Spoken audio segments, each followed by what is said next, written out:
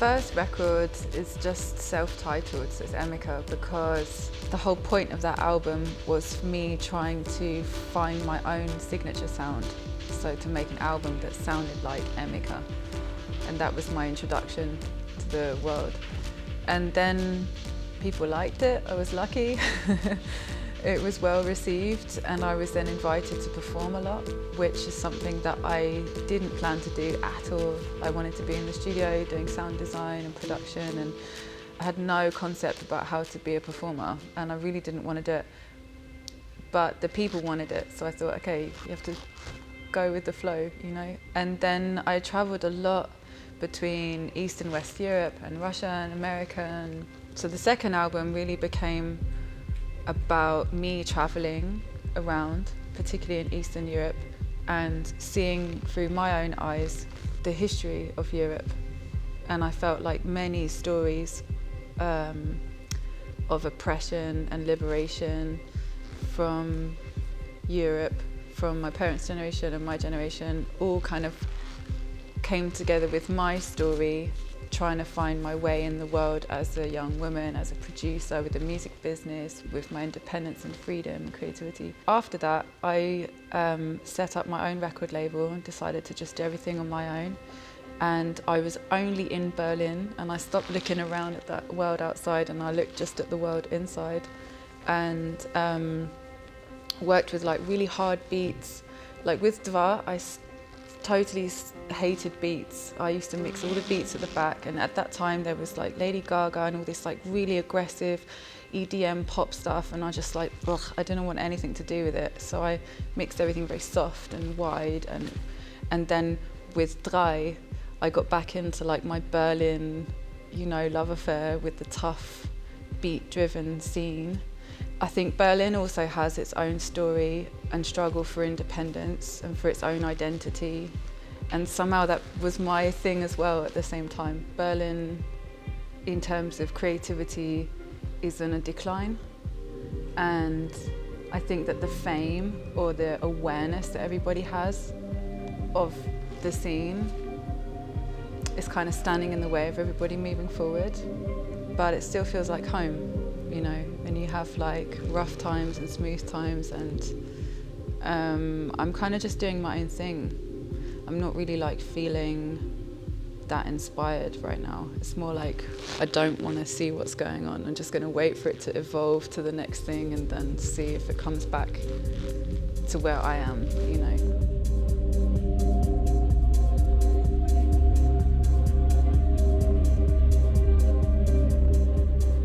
2 weeks ago, I just recorded my first symphony in Prague with 60 players in Czech radio and amazing soprano Michaela Šumová, and that's been the last 3 years of my life.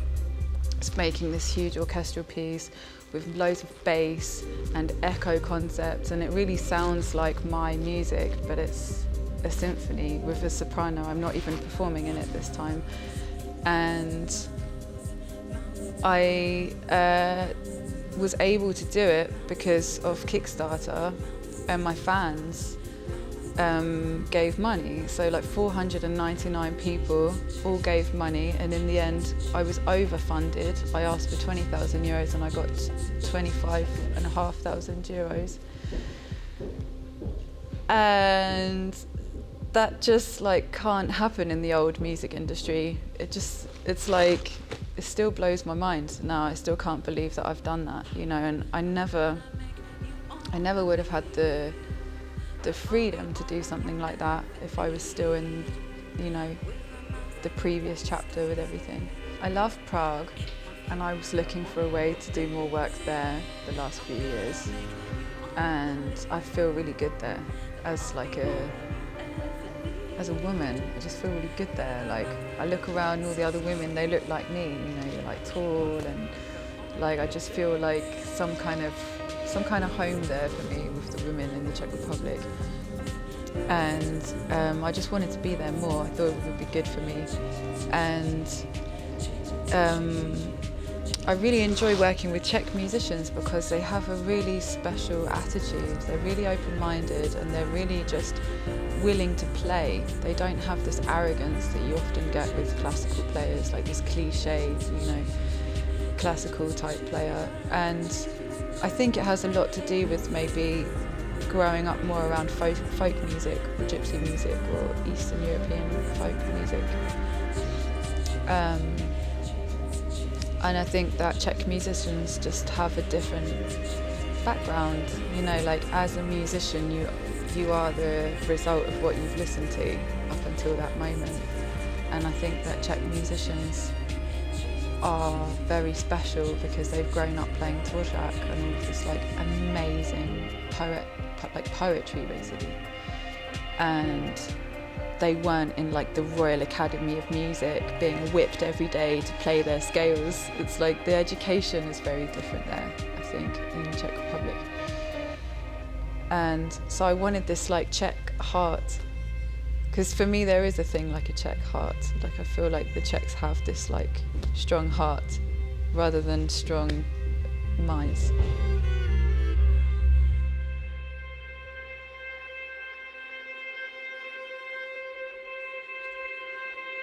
Budapest, what are you doing?